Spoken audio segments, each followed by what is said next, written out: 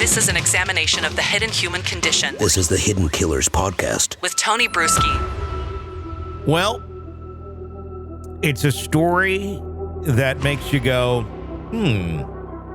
this is how you handle stress. This is how you motivate someone to do what you want them to do, especially your own kid. Of course, guns. Let's bring that out and, just wave it around a little bit. See what happens. Maybe they'll do the task that you're wanting them to achieve. 44-year-old woman in Arkansas has been sentenced to 3 years in state correctional facilities for the fatal shooting of her son during an argument over a stuck lawnmower.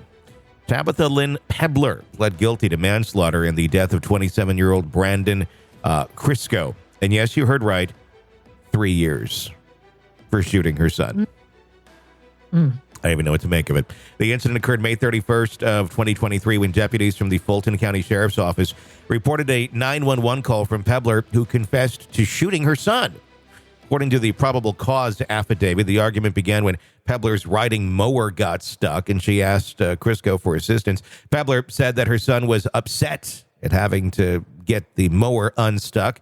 A short while later, Pebler told police she got the mower stuck again, and she asked again for her son to help. This time, she said Chrisco called her a bitch and then shoved her off the mower.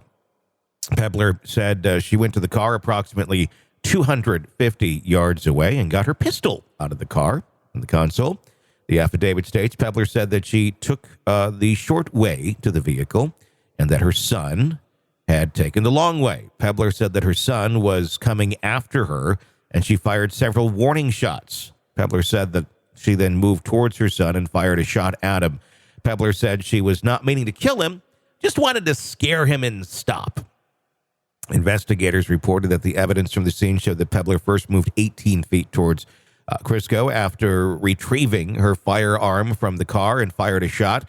She then advanced another 52 feet and fired the fatal shot when she was less than 20 feet away from her son. Authorities confirmed that Chrisco suffered a gunshot wound to the upper left side of his chest, with the bullet passing through his body. The court's decision included an additional suspended sentence of 7 years, which Pebler may have to serve if she fails to comply with the conditions of her release. Initially charged with second-degree murder and employing a firearm in a commission of a felony, Pebler's plea deal resulted in those charges being dismissed. So, how the hell do you get a plea down to only serving 3 years for killing your kid? That I don't know. Did he really call her a bitch? Like, that's all what she said. Yeah, I can't imagine that, the story that she's going to tell is going to be, anything positive towards him, but probably more so, let's justify this horrible thing that I just did. But even if, let's go through it, because even if she's like, oh, damn, my lawnmower's stuck and I need some help. Like, I would go, in my case, I'd go to my neighbors, hey, could you help me get my lawnmower unstuck? And if they said no, I'd be like, well, shit. Get the gun and shoot him. Else. Yeah. and then if he did come out of the house, my neighbor, and say something and call me a bitch, would I get off the mower, or maybe I'm already off, walk all the way to my car, get my gun and somehow think I can fire a warning shot, which would be pointed directly at him? That's not a warning shot. Like, that just makes no sense. 2 warning shots? Like, aren't warning shots like up in the air or maybe to the right or left? You don't point. That last fatal shot, she was 20 feet away. Don't you know the gun's pointed right at your son? Well, she says that he was coming towards her, but there's no talk of fear of, imminent bodily harm or danger. So I don't know if she was this arguing. I mean, this is a weird argument of self-defense because there's not a lot of evidence pointing to it. And he wasn't armed. She's the one who got the gun. Yeah. Discussion of him being armed.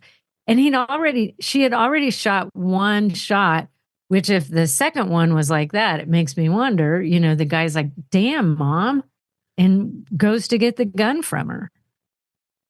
It's a case of going from 0 to 1,000 very quickly, rather than, taking some time to cope, to deal to figure this out and not go to such an extreme. But I think that's the problem we have with so many people is that's how they operate. It's all or nothing. It's 0 to 100 very fast. And this seems like that's exactly what happened here.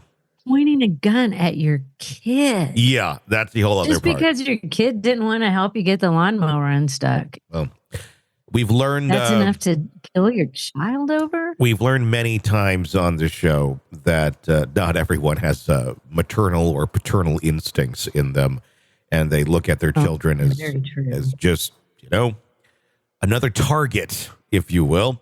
And that, literally in this case. Literally, 1,000%. So there you go. Another fine Parent of the Year award going out there.